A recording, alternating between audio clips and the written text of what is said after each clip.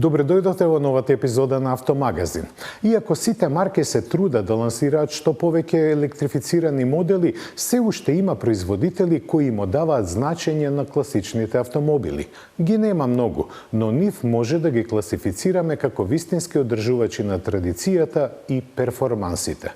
Од друга страна пак постојат големи имиња кои се помалку збунети, па постоечките остварувања само ги дошминкуваат со цел да го продолжат нивниот животен век.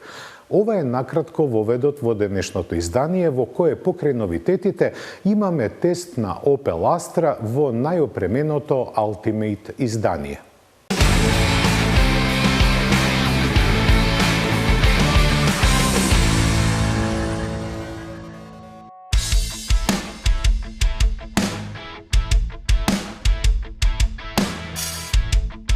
Во склоп на својот план до 2030 година да има портфолио од 30 електрични возила, Honda ги објави првите фотографии на новиот кросовер кој треба да се комерцијализира во Северна Америка во текот на 2024 година.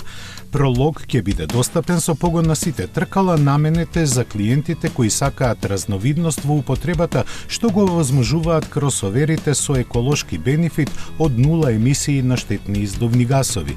Надворешниот и внатрешниот изглед е дело на дизајнерскиот тим на Honda од седиштето во Лос Анџелес. Во Северна Америка Honda постави временска рамка за воведување електрични возила врз основа на 3 почетни фази кои водат до 2030 година и на крајот до 100% продажба на автомобили со нулта емисија до 2040 година. Моделот Пролог е нешто поголем од CR-V и се очекува дека ќе биде вистинска мерка за потребите на американските купувачи.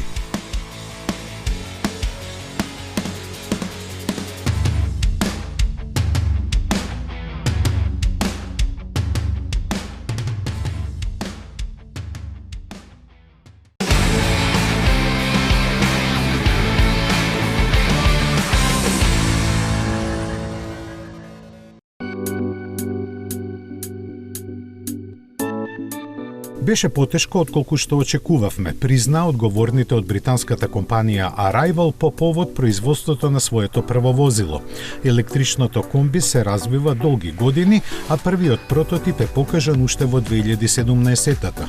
Тогаш многу ветуваше и компанијата успеа да обезбеди солидни договори со Uber и курирската служба UPS. Но амбициите и талентот се едно, а реалноста сосема друго, и Arrival едва стигна до почеток на целта. Но таа се уште е далеко и купувачите кои бараат нови облици на мобилност ќе мора да се стрпат уште.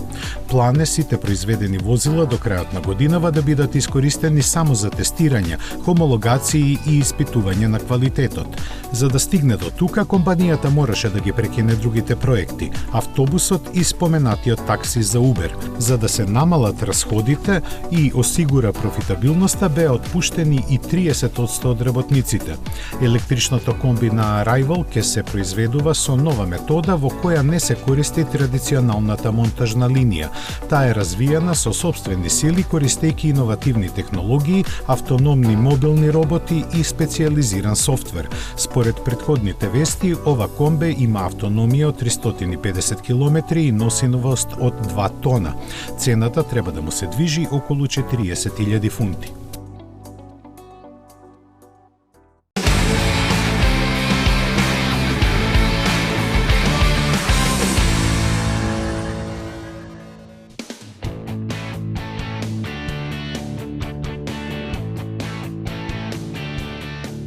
Кога ќе се појави на пазарот, Hyundai Ioniq 6 ќе биде еден од енергетски најефикасните автомобили. Тоа го потврди корејската компанија официјално, објавувајќи дека електричната купе лимузина ќе има автономија од 614 км во зависност од верзијата. Потрошувачката му е декларирана на 13,9 кВт на 100 км, а батерискиот систем работи на 800 волти. Тоа овозможува тие за само 18 минути да се наполнат до 80% од капацитетот. За ваквите бројки заслужена е и аеродинамиката со коефициент на отпор на воздухот од 0,21, што е една од најниските вредности кај сериските автомобили. Продажбата на Ioniq 6 ќе стартува пред крајот на годинава на одбрани пазари во Европа, а идната и во Америка. Ќе биде достапен во различни конфигурации на погонот со 2 пакета батерии и 1 или 2 електромотора. Ке се произведува во Јужна Кореја, а се очекува цените да стартуваат од 45.000 евра.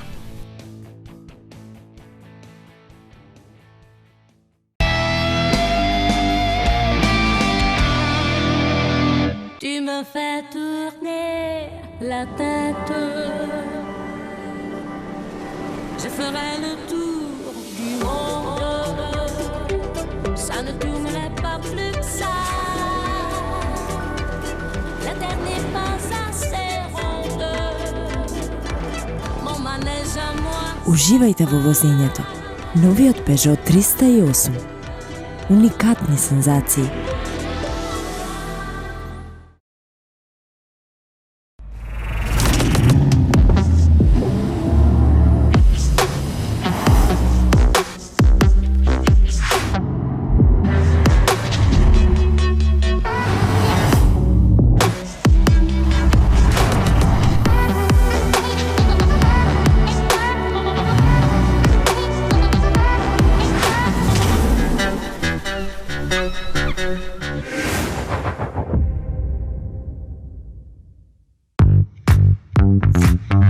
Мислите на ново возило? Одберете возило, Шпаркасе лизинг купува за вас. Вие бирате година, модел, боја, месечна лизинг рата. Ние реализираме Шпаркасе лизинг. Шпаркасе лизинг ги финансира сите видови на патнички возила.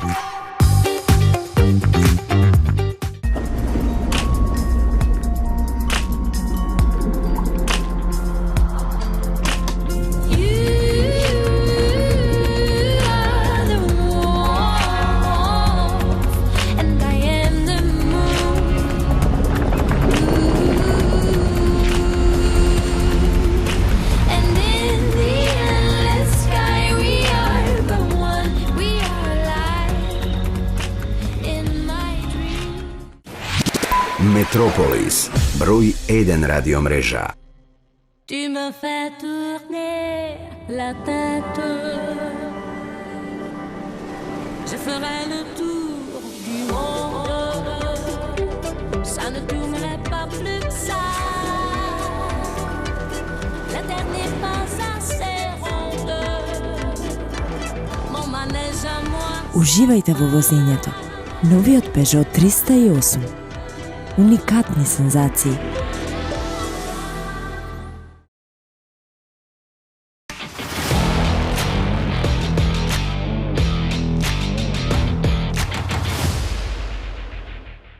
Рециклирањето е неизбежен дел од секојдневието, а таа култура се пресликува во понудата на повеќето производители. Како такви ги издвојуваме Mitsubishi ASX, кој сега е само Renault Captur со знакот на јапонската марка. Ништо покуси не остана од таборот на германската звезда. Мерцедес за рестилизираните А и Б класа користи само благи козметички дотерувања, па со право може да се запрашаме што е ново кај нив.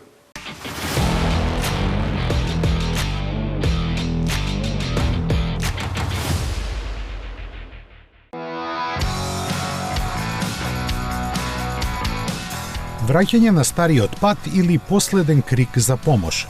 Така може да се протолкува новиот Mitsubishi ASX, Купувачите главно се рамнодушни, а фановите на марката бесни затоа што тоа е само клон на Renault Captur. Разликите се само во амблемот, а од Mitsubishi велат дека немало потреба за повеќе бидејќи францускиот кросовер е докажан модел и се вози лесно како велосипед. Додаваат и дека изборот не е случаен што го оправдуваат со електрифицираната погонска понуда. 1,6 литарскиот бензинец е достапен во обична и плагин хибридна изведба со 143 и 160 конски сили, а помалиот 1,3 литарски само со благ хибрид со стартер генератор и 140, односно 158 коњи. Иако во спротивност со кажаното, сепак логичен пазарен чекор беше ASX да се понуди и со обичниот еднолитарски мотор од 91 конска сила. Јасно, ниту еден од нив нема погон на сите тркала, бидејќи ни Captur го нема. Внатрешноста е идентична, а втората разлика меѓу двата модели е должината на гаранцијата, која кај Mitsubishi стандардно е 5 годишна. Да подсетиме, некогаш порано Peugeot и Citroen ги продаваа Outlander и електричниот и-Miев под своите ознаки, но сега очигледно времињата се сменија.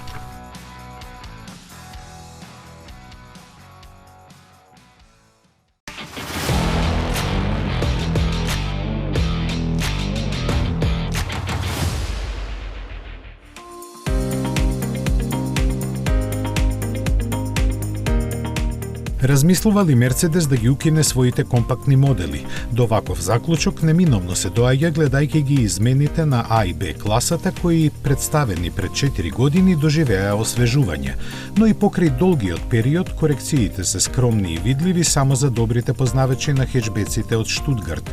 Редизајнирани се предната маска, браникот и светлата кои го задржаа истиот облик, ама сега со друга графика на LED елементите.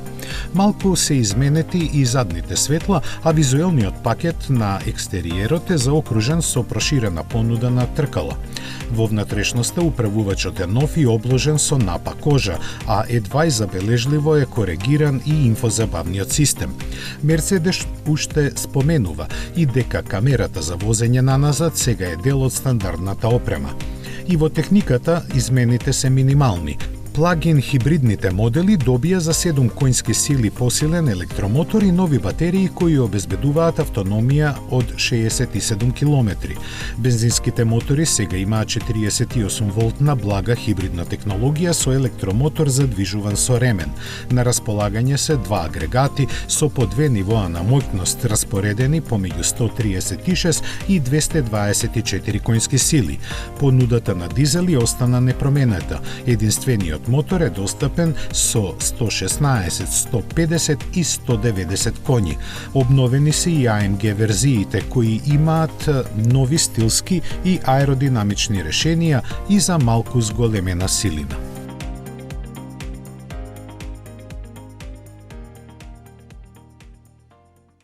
Дали е ова последниот модел од овој вид? Ова прашање стана мантра секогаш кога се представува автомобил кој се фокусира на уживањето во возењето, кој нуди вистинска интеракција со возачот и кој има класичен погон.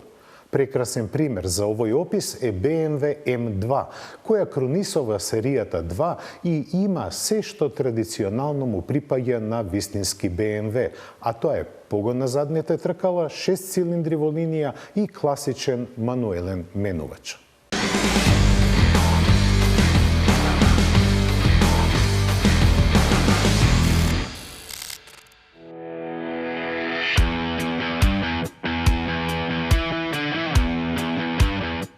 Со новиот модел M2 влегува во втората генерација на модели, но всушност линијата на традицијата започнува со 1 серија M купе, проектот Пират, со кој BMW го подигна купето на ниво на спортски автомобил од 2011 година, користејќи машина со високи перформанси. Во тоа време моторот се уште имаше 340 конски сили, но во 2015 година моќноста се зголеми на 370 коњи во M2. Во 2018 година дојде нов мотор со 410 конски сили, а ограничениот M2 CS имаше 450. За оваа прилика, моторот што носи интерна ознака S58 доби уште сила и сега новиот М2 може да се пофали со дури 460 коњи и 550 Нм. Моќта се пренесува исклучиво на задните тркала преку остар 6-степен мануелен менувач или со 8-степен автоматик. Линискиот 6-цилиндарец дава акустична емоција, што може да се очекува од возило со високи перформанси од MG GmbH. Ова го прави М2 единствената серија 2 со погон на задните тркала, што се уште има рачен менувач. Во минатото, послабите моторизирани купеа со 2 седишта беа достапни и со стандардниот менувач. Така, претходниот менувач е облагороден како пуританска варијанта на познавачите кои го ценат директниот пристап до возилото. Перформансите се импресивни. М2 спринта од 0 до 100 км на час за 4,3 секунди, а со автоматскиот менувач е дури 0,2 секунди побрз. Брзинометерот застанува на 250 км на час, а опционално може да се скокне на 285 км на час. Со автоматскиот менувач М2 исто така постигнува малку подобри вредности на потрошувачка, само 9,6 литри на 100 км во циклусот WLTP. Во споредба со неговиот претходник, новиот М2 е малку поголем, но се уште не е најпогоден за градско возило. Подолгото меѓуоскено растојание обезбедува поголема стабилност при агресивни маневри на возење и при големи брзини. Подвозјето е развиено за изразено спортско возење, но треба да понуди поголема удобност од претходниот модел. М2 има пневматици 275-35-19 напред и 285-30-20 на задната оска, а блокадата на диференцијалот на задната оска може да обезбеди ефект на блокирање до 100%. Композитен систем за сопирање и активната контрола на амортизерите се исто така дел од стандардната опрема. Патем, големините на тркалата се над влезното ниво во М3 и М4, па ова само го нагласува поостриот карактер на М2, што го истакнува дрифт програмата, која може да се постави во 10 фази како кај сестринските модели. Внатрешноста има придобивки од спортските седишта, кои се стандардно покриени со фина алкантара. Закривениот екран се протега пред возачот и ги заменува традиционалните тркалезни инструменти. За жал, централно поставеното копче, со кое понекогаш досадните системи за помош можеа брзо да се исклучат, е испуштено. Функциите сега се скриени во подменијата, очигледно во очекување на предстојните регулативи на Европската Унија, дизајнирани да го отежнат исклучувањето на системите за надзор. Однадвор, М2 треба да им се допадне и на традиционалистите. Двојниот бубрек е многу помал отколку кај М3 и М4, а диагоналните елементи на обичната двојка го отстапуваат местото на големите правоаголни доводи за воздух. Патем со 72.800 евра, колку ќе чини во Германија, М2 е точно 13.000 евра поевтин од М3 и со тоа е многу атрактивна понуда за ентузијастите, особено што веројатно ќе биде последниот од ваков вид. Или не?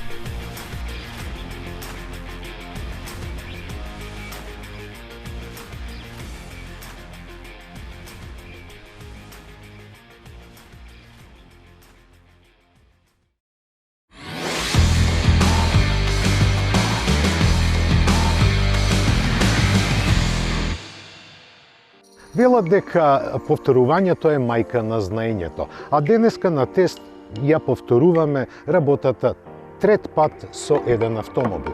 Повторно на тест ја имаме новата Opel Astra. Неја прв пат ја возевме во Португалија, втор пат во летните месеци, трет пат еве сега во сиот раскош на есента. Opel со својата седма генерација праќа една сосема нова порака за својата Astra, за автомобилот кој е произведен да господари во сегментот на компактните возила, односно семејните возила. Со асимилирањето на Opel од страна на Stellantis добиена е нова основа која дели со Peugeot 308 и Opel се избори да го задржи својот идентитет во дизајнот. Пред се поради оваа предница која се нарекува визор, а во неа се сместени и потполни LED светла со автоматска функција кои даваат едно сосема поинакво влијание на околината, не само на возачот. Оваа контура нема што многу да се објаснува, бидејќи е направена да ги следи модерните форми кои се одликуваат со минимализам. А тој минимализам е направен да избалансира и емоции и изглед. Задниот дел повторно е во знакот на визор, но мене ми се допаѓа стоп светлото. Погледнете го, за разлика од 90% возила кои се на пазарот, ова е вертикално поставено, а не хоризонтално. Поклопецот на петата врата е воедно и спойлер кој е офарбан во друга боја од каросеријата, па така добивате разиграни емоции. Многу дискутабилно беше просторот на Астра на задната клупа, барем претходните 6 генерации.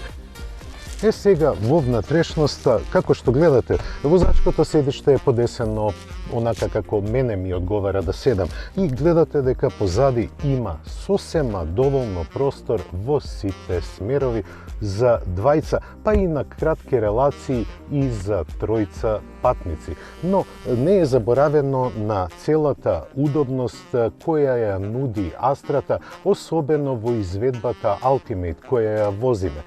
За жал, малку атмосферата е темна, бидејќи преовладува црната боја, но сепак вметнати се некои емотивни детали, како што се штеповите на седиштата кои се светли и измешани се кожата и алкантарата. Печатокот од задната клупа се префрла и на предните седишта и на целата арматура пред возачот, бидејќи секаде господари црната боја. Она што многу ми се допаѓа кај Opel е AGR седиштата, Акцион Gesundrunke, што значи акција за зачувување на здравиот грб. Така да, овие седишта пружаат не само одлично држење, туку и одлична удобност во анатомски смисол. Што се однесува до останатите печатоци во Астра, се како и за секој модерен автомобил. Имаме два заеднички споени големи дисплеи кои ги нарекуваат во Opel Pure Panel. Реков дека Астрата е технолошки близнак на Peugeot 308, но за разлика од Peugeot 308, ја во Opel ја наоѓам мојата идеална позиција на седење, без компромиси дали ќе изберам да гледам или да ми биде покриен некој дел од инструментите. Класичниот рецепт е применет со манипулаторите за клима уредот, како и за менувачот кој нема класична палка. Исто така, Астрата може да ја возите во 3 модуси на возење. Тоа е динамичен, односно спортски, нормален или еколошки. Спортски модус на возење, дали е можен ако имате 1,5 литрен турбодизел мотор со 130 конски сили, кој е впрегнат со 8-степена автоматика. Јас мислам дека тука може да се добијат позитивни впечатоци.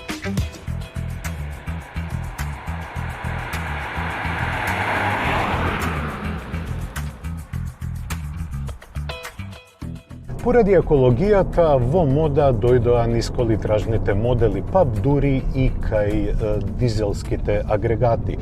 Онај што го погонува овој модел е добро познатиот 1,5 литрен турбодизел од 130 конски сили, како што реков, парен со 8-степена автоматска трансмисија, која работи совршено како швајцарски часовник.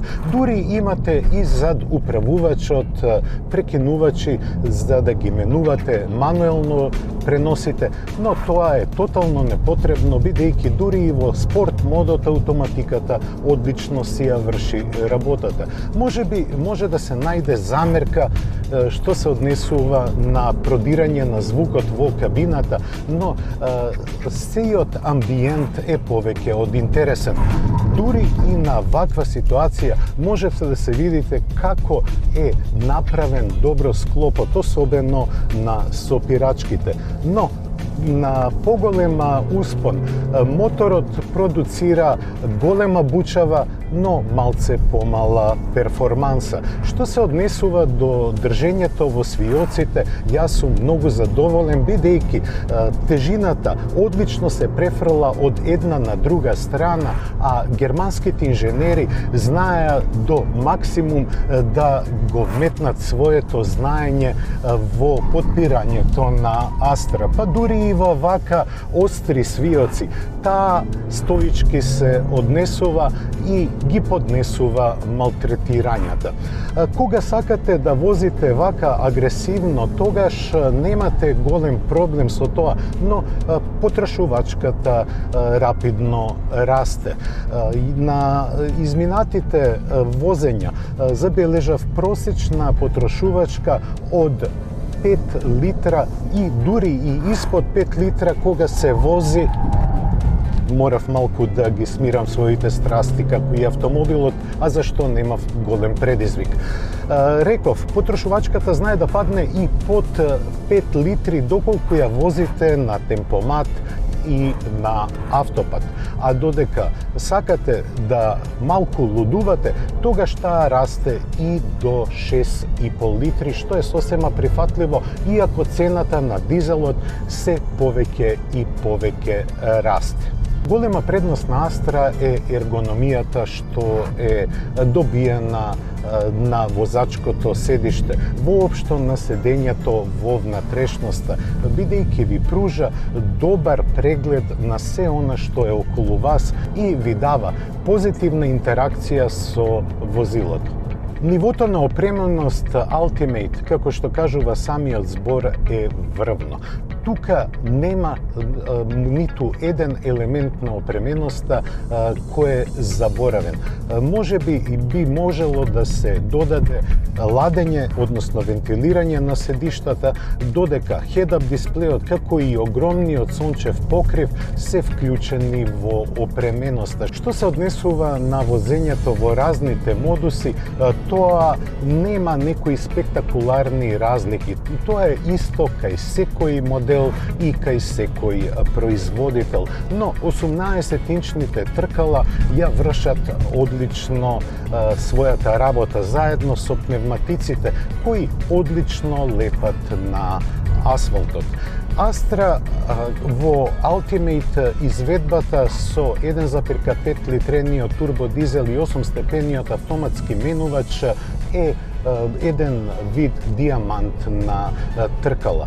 И можам да кажам дека возните својства се рамни на оние модели кои се сметаат за лидери во оваа класа на компактни автомобили. И доаѓаме до цената.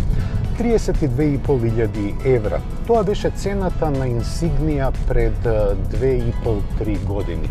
Но сега се сменија условите и сите автомобили станаа поскапи. Па порано за овие пари се купуваше D-сегмент, а сега ќе морате да се задоволите со сегмент C. Сепак, Ultimate изведбата нуди многу, извонредно високо ниво на опременост, па може би не треба на кантар да се става само цената, туку и она што го добивате за неа. Јас добивам секогаш и со секое среќавање со Астра добра забава зад управувачот и можам да кажам дека е ова автомобил кој остави силен впечаток и тоа позитивен впечаток на мене. Јас ве поздравувам и ви посакувам се најубаво. Ве подсетувам дека секојдневно можете да се дружите со Автомагазин на нашиот YouTube канал или на нашиот сајт automagazin.com.mk. Останете во добро расположение и здравје до следната наша средба за 7 дена. До гледање.